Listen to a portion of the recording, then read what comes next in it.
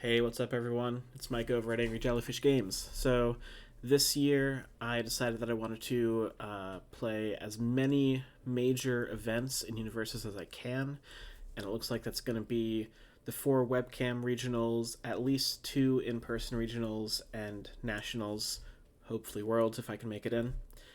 So, with that in mind, this last weekend was the first season webcam regional. I played Mineta 2 on Death. I took him to a 5-2 record, which was good for 10th place, which I was very happy with. So, after each of these major events, I'm going to do a little debrief video, talk about my deck list, why I made the choice to play it, what I liked about the deck, the matchups I went through, kind of how they went, and then any changes I would make in the future if I were to play the deck, and what's up coming next. So, with that in mind, let's get started. So, this is the deck list. I'll post a link to it in the video description. I'm going to keep all the deck lists I play for any major in a separate folder on my UVS Ultra accounts where I can keep them unchanged, just so these links should stay valid forever. Alright, this is Mineta 2 on Death.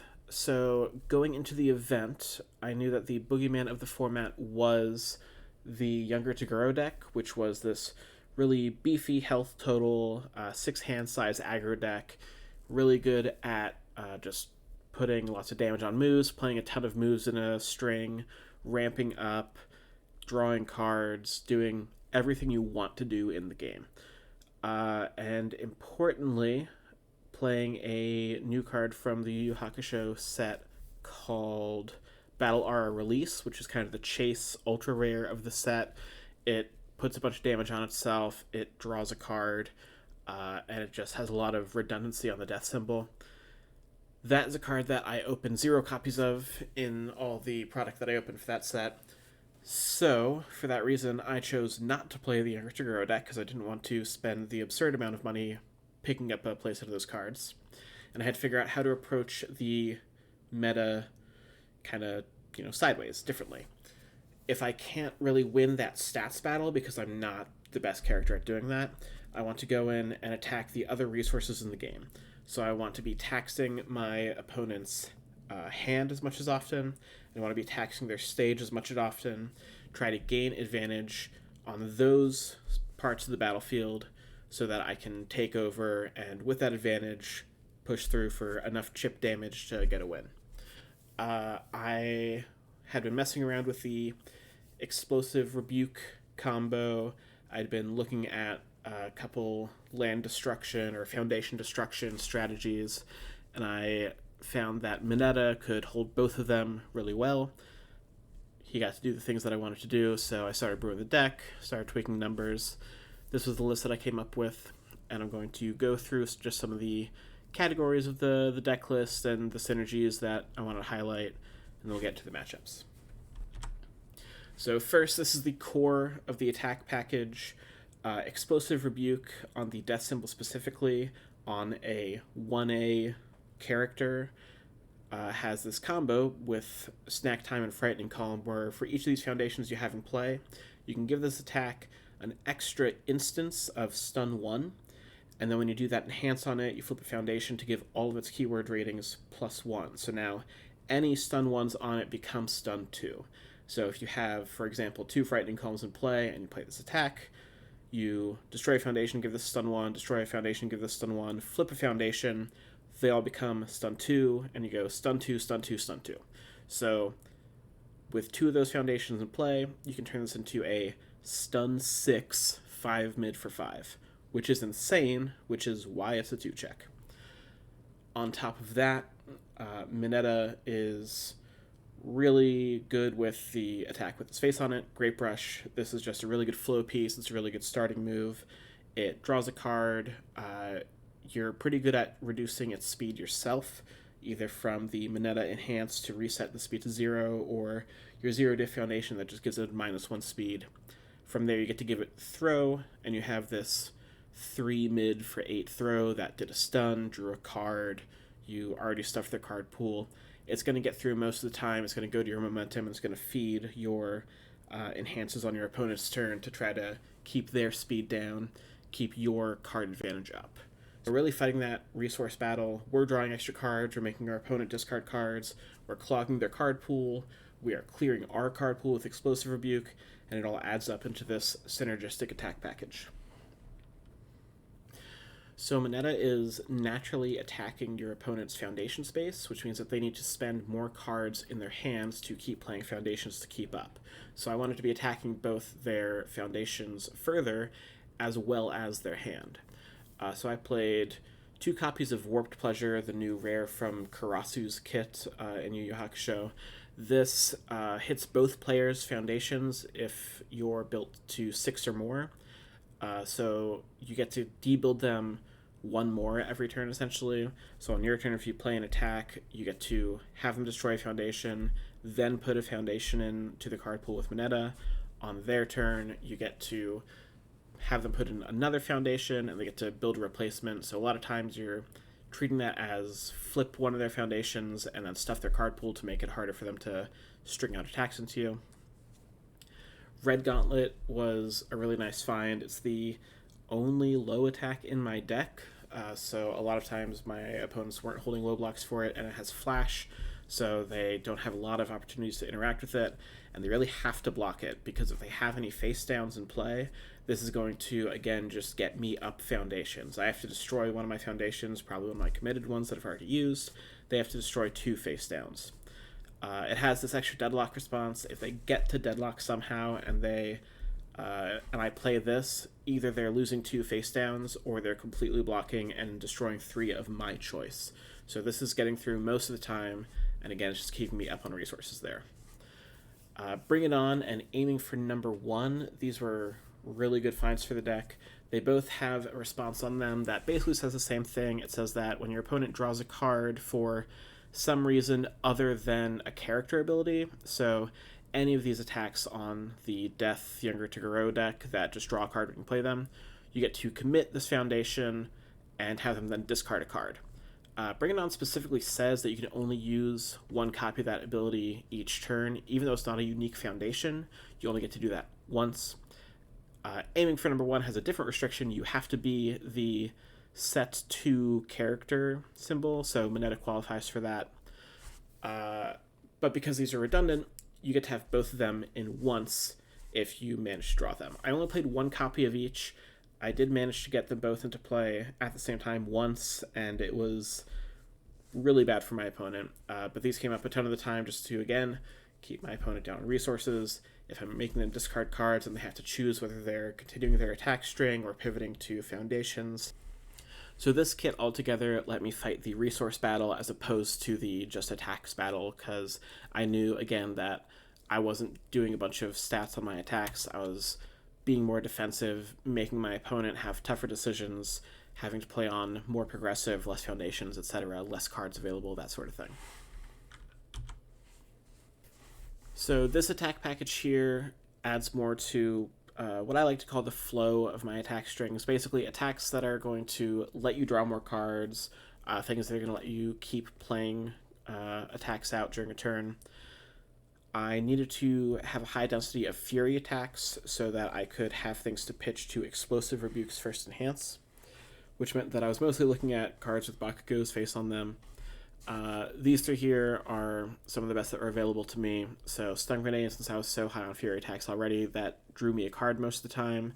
That First Enhance to give it an extra stun really didn't come up that often because I'm only clearing my card pool maybe once a turn if I can get that Explosive Rebuke set up. But this just being a 4-mid for a high block, another stun, and the potential of drawing an attack really paid off. Howitzer Impact Cyclone just lets you get a free momentum, which is huge for mineta. You really are hungry for momentum because you end up spending a lot of them on your opponent's turn to zero out their attacks. But it's also replacing itself with at least 1 card if you can get that Fury combo, because you're going to get a momentum, draw a card for each of your momentum. Occasionally it's going to draw you 2, maybe 3 if you're really far ahead.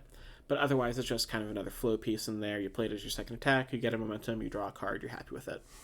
And then Vial Seizing, we don't need to talk too much about. This is just one of the most efficient attacks on all of its symbols right now. and it's a Fury, so it worked out for me. I was trying interdimensional plants as a one-of. I knew I was going to be flipping some of my foundations defensively, so I wanted a good way to clear them out of the card pool. This commits to draw a card and essentially acts as a foundation because it gives your next check +1. I was wary of the 3-diff because I am playing 2 checks in the deck, so I played one of these and one of the aiming for number 1 foundation as the only 3 checks in my deck. This didn't see a ton of play. I just didn't draw that often, but when it was in play, it did exactly what it was supposed to do. It drew a card every turn, and it just acted as another resource. This package was just more of my interaction, a lot of it more defensive. Always Cool was fantastic against the field, especially, again, looking at this Younger to Grow deck that is playing Twisting Azure Inferno. They're playing this attack that they want to boost up to 7 damage. If you can respond with the Always Cool destroy itself so that an attack's damage can't be modified, then suddenly their attack just isn't going to get 7 damage. It's just going to be this boring 4/4 that you can tank to the face or whatever and not worry about the enhance to mess with the checks for the rest of the turn. This also let me recover from a poor build turn. I was playing a 5-hander, so sometimes you have that build 2, build 3 turn 1. This lets you pump that up to an extra foundation on that first attacking turn when your opponent, maybe they're going for the turn 2 kill, but a lot of times they're just going for that free poke, and this turns into a build for you, kind of gets you back ahead in the game. Wild Wild Pussycats says flip draw card. Again, we're trying to be up on resources, so having that available was really nice. But also with all the echo attacks in the format, most notably Trace Eyes, having the response on the block with this to take echo off of a card was really, really nice to have. It came up quite a few times throughout the day. Spooky played as a one-of because it is unique. Really, really synergistic with Mineta. He has his enhanced to 0 out the speed of an attack. If you follow that up with Spooky to switch the speed and damage, now they're attacking for 0, and you don't have to spend a card blocking it. So that card you drew off of the Mineta Enhance, you just get to hold on to for whatever your future need is. And then Hardened Fist was like a pseudo just make my opponent flip a foundation off that combo enhance. It was also just a really nice flow piece. It treats itself as a 3-diff a lot of the time if you have something that destroys your own foundation in play, which was really just the Frightening Calm to give things an extra instance of stun. But importantly, it was a 1 low block. I really wanted to make sure that a lot of my attacks had really, really good block modifiers because I was going to be put in situations where I was down on resources in the early game, so I wanted to have those available to make sure I could actually block and get to the late game where I was going to thrive. Alright, some sideboard tech. Bursting Muscle Bash has an enhance on it that says you draw some cards if you have counters. I don't have counters because I'm not playing a counters character, but it was in there for the Younger Toguro matchup. A bunch of the attacks in that deck are high. So this is a high block that says from the card pool, if your rival builds a foundation, kind of like cheats a foundation into play, like Toguro does with his response on his character, you get to flip this to destroy that foundation. So I'm really only bringing this in for that Toguro matchup. I block their first high attack. They go to build it face down. I say, no. You don't get a foundation. I still do. And yeah, it's great. Forcing Surrender was there for matchups like Mirio, where if they have defensive abilities that cost momentum, I want to have a way to get their momentum out of there off of my combo attacks. This also just came in a few times to be a low block. This came in more than I thought it would. It was nice to just have that extra low block in my sideboard, and more characters than I expected had those defensive momentum abilities that I wanted to take care of. Detailing the plan was just the best throw hate I had in my symbol. You block a throw with this, it deals no damage, and it replaces itself. The other style of Younger Toguro deck in the format is kind of a throw heavy build, so they can just put a bunch of damage on throws, and no matter what you're blocking with, you just keep taking half damage. So I wanted to have a couple copies of this available. And then Showdown is, of course, an excellent high block. It lets you shut down your opponent's attacking turn, and every once in a while you're going to pull off that ability to cancel an action card. It's going to come up pretty rarely. I did play against some decks that had Genkai's Guidance in them. I never really got to use this to cancel an action, but it is there for those purposes. This takes us into the tournament. Round 1, I played against Best Genist on the All symbol. My opponent had a really cool deck put together. She was using Genist along with some of the really nice blocks coming out of Yu Yu Hakusho, especially Dimensional Sphere, to just clear an attack. She was stuffing my card pool, taxing my resources, and then getting in with these throws that were getting +2/+2 from Genist ability, as well as Spirit Gun Mega and ways to manipulate her deck to really stay consistent, get a lot of damage through. Unfortunately, because Genist is such a low health pool, all of my pokes were really adding up to be a lot of damage, so I was able to threaten damage very easily to kind of, again, tax her resources. So I was keeping her down on foundations, I was making her need to spend her cards to block me, and after a really long game 1, I came out victorious. In game 2, we had something like 8 minutes on the clock, so I just boarded out 5 attacks for 5 defensive cards, started shuffling up, and I turned around, and that Best Genist had turned into Younger Toguro. So suddenly I was facing a Younger Toguro ranged throw deck, which is a really cool juke, and props to my opponent on that. I was not expecting it, but with so little time left in the match, that game was never going to end. So I took it with the 1-0 victory, because we just drew in game 2.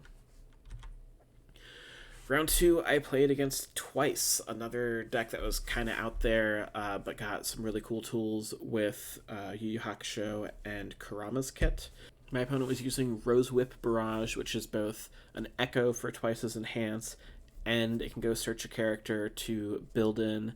I think this is a really cool meta deck for the format. Having a damage reset on face is really nice into those big stat stick matchups. Unfortunately, again, I was able to just tax my opponent's resources so much, and I didn't really care that my attacks were getting reset to 2 damage because they were typically only coming in for 5 anyway. So another very long game 1. I came out ahead. I went to sideboard. I think there were 17-ish minutes on the clock when we finished the first game.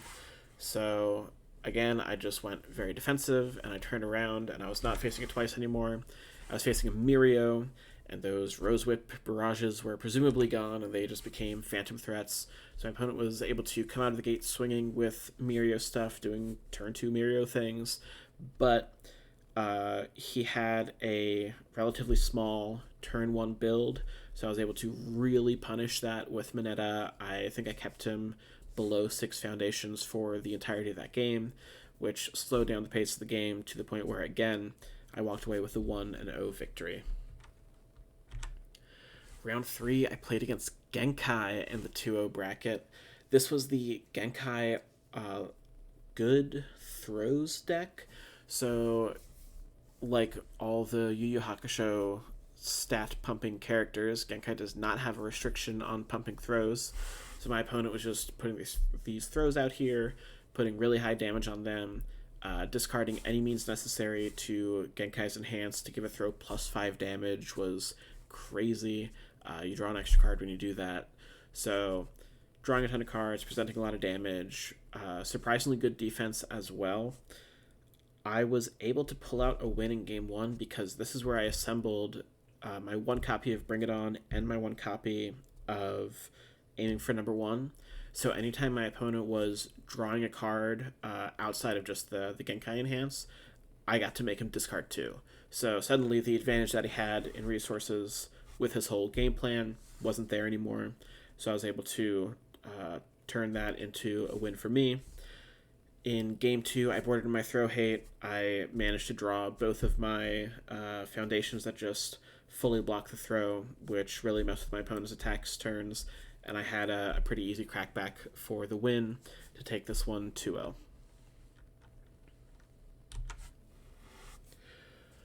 Round 4, we log into the webcam, and my opponent has a Jhin on the field, which is a matchup I'm relatively okay with. I don't mind if my attacks get lower speed, and I'm zeroing out speed anyway, so as long as my opponent isn't full of flash attacks in their deck, I'm going to just negate a lot of what this character is doing.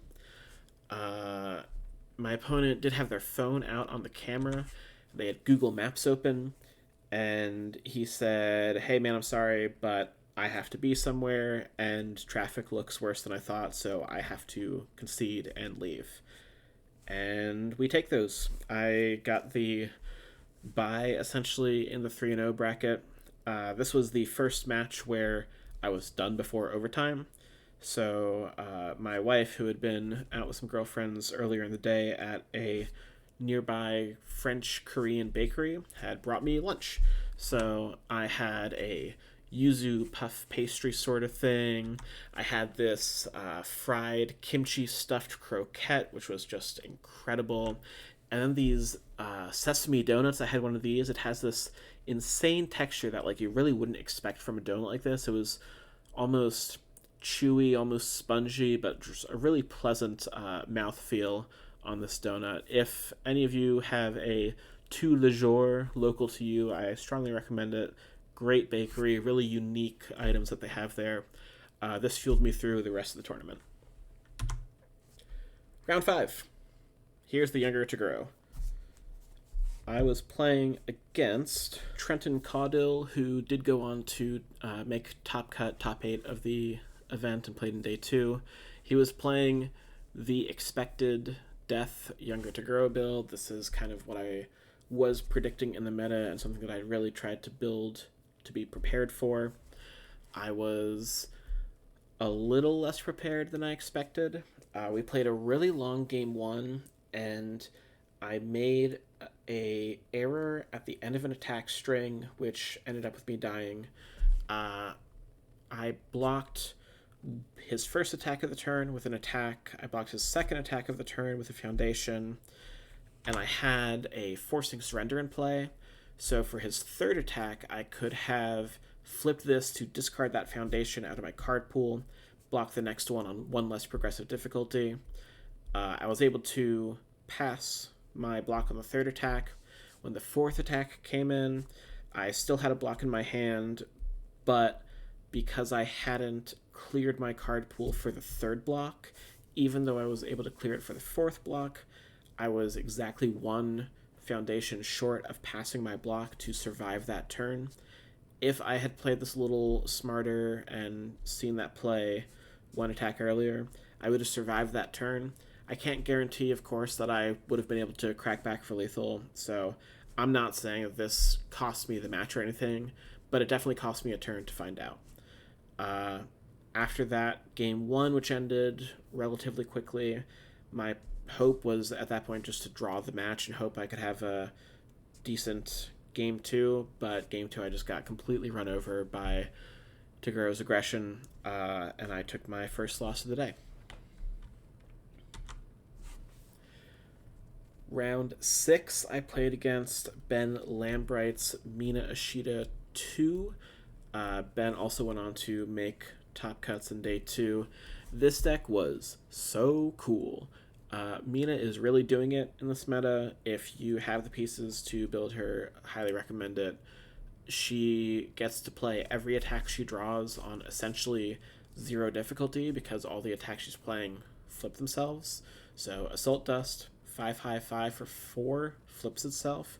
Trace Eyes, the Echo, flips itself.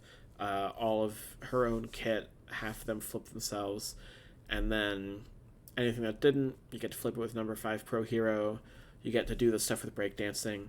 But more importantly, the matchup against Mineta felt so much in Mina's favor because on Mina's turn, when I try to debuild a foundation, if she has a face down to put in, first of all, it doesn't count to progressive, so she doesn't care.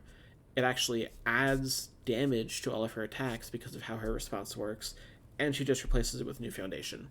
So I learned that the hard way in our first game. I did manage to win the first game. I think that Ben just didn't draw a lot of attacks for like 2 turns in a row and couldn't put together a big enough string, and then I had a crackback turn where I naturally drew 4 attacks, and I think I drew 2 more off of what those attacks gave me. So I kind of stole game 1. Games 2 and 3 did not feel particularly close. This deck was cool, so congrats to Ben, and I'll be checking this one out for the future.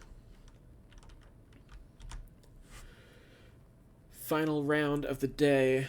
At this point, I'm looking at standings, and if I win my match, and if 2 matches between tables like 3 and 8 get an unintentional draw, then I would potentially sneak into top 8 at 5-2, even though the cutoff would have otherwise been 4-1-1 or 5-1-1.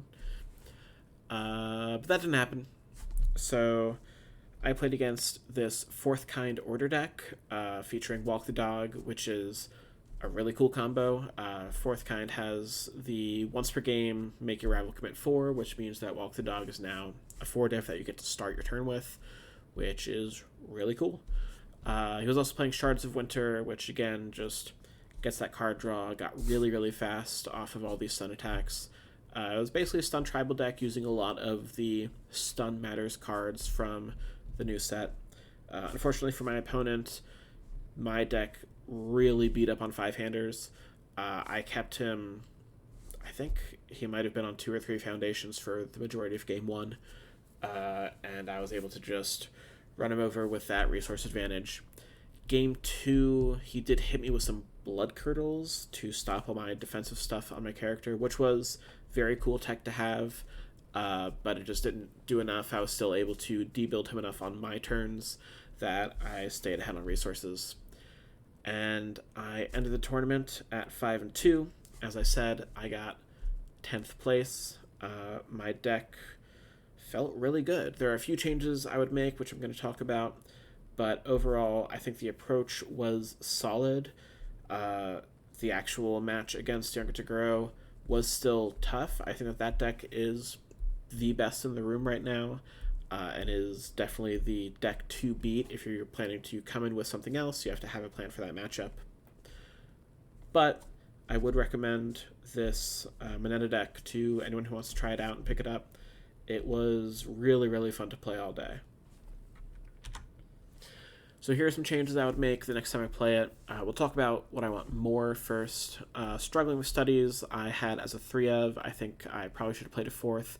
There were so many games where my opponents saw I had one in play and just wouldn't play a 3rd attack into me because I would get to just block it for free, essentially. That was really nice to have available. Bring It On and Warped Pleasure, I played at a 1 of and 2 of respectively, but they both overperformed so much when I saw them that I would want to bump both of them up by 1 copy, so play 2 Bring It On, 3 Warped Pleasure. Warped Pleasure is a unique, so drawing multiples is a little awkward, but it's also a 2 high block, which is going to be pretty relevant in this meta. Bring It On is not unique, so you can have multiples in play. Again, you can only use the commit once per turn, but you might have a chance to use it on your opponent's turn and then again on your turn, or vice versa. And the flip on there is just relevant enough that having that extra 1 feels good. And then Mop Strike. People were messing me up with Mop Strike all day. That card is very, very good. The random discard on it was way better than I anticipated it to be. So I want to have a few copies in my deck. It's on Symbol, I might as well. I think it's fine to have a couple of attacks in my lineup that aren't the Fury keyword, which is otherwise what I'm looking for, especially ones that I can end a string with. So in my deck I had 2 copies of Jawjammer as kind of that finishing attack. I think I would just swap those out for Mop Strike. It's a better block mod, it's better at different parts of your attack string, and it draws 2 cards, which is really nice when you're a 5-hander. Additionally, I had 1 copy of Syndicate Target. It underperformed for me.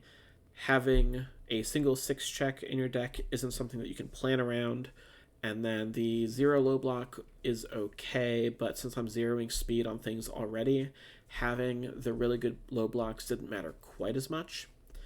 Red Ride's the coolest.